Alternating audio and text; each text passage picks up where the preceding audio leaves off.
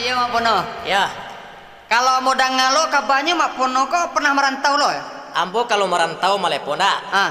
khusus untuk Kaliliang Sumatera Barat saja. Oh, sekitar Sumatera Barat saja. Ah. Kama-kama Mak Pono. Ambo pernah merantau ke Payakumbuh, Ah, ke Solo, Solo, Pasisia, Pasisia, Marolabuah, Marolabuah, Piaman, Piaman. Bukit Tinggi. Oh, coba bakso Payakumbuh. Payakumbuh. Uwan. Ha. De iyo sebenarnya lama di Uwan ke Padang Ha. Ada yang kan boleh ke Payakumbuh naik auto Tintin. Ha. Poi ke Padang naik auto ANS. Kutak katik cintamu nakal judul lagu kolok-kolok maturun Poi nantan pulang menjawabku kontu. Bakso Bukit Tinggi lah, Bukit Tinggi. Bukit Tinggi. Iya. Masa Bukit Tinggi kok. Iya. Nah, kok kaditangko ono orang awak. Kok indah kaditangko ono pencilui.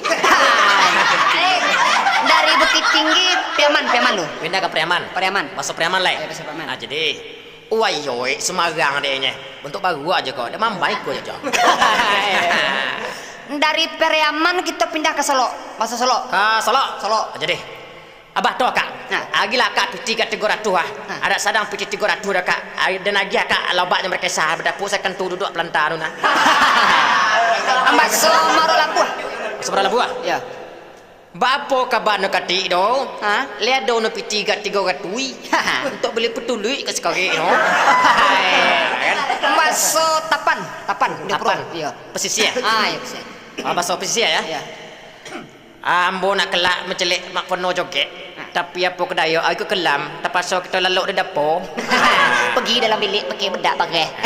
Wah bengi baik kelak gedang-gedang.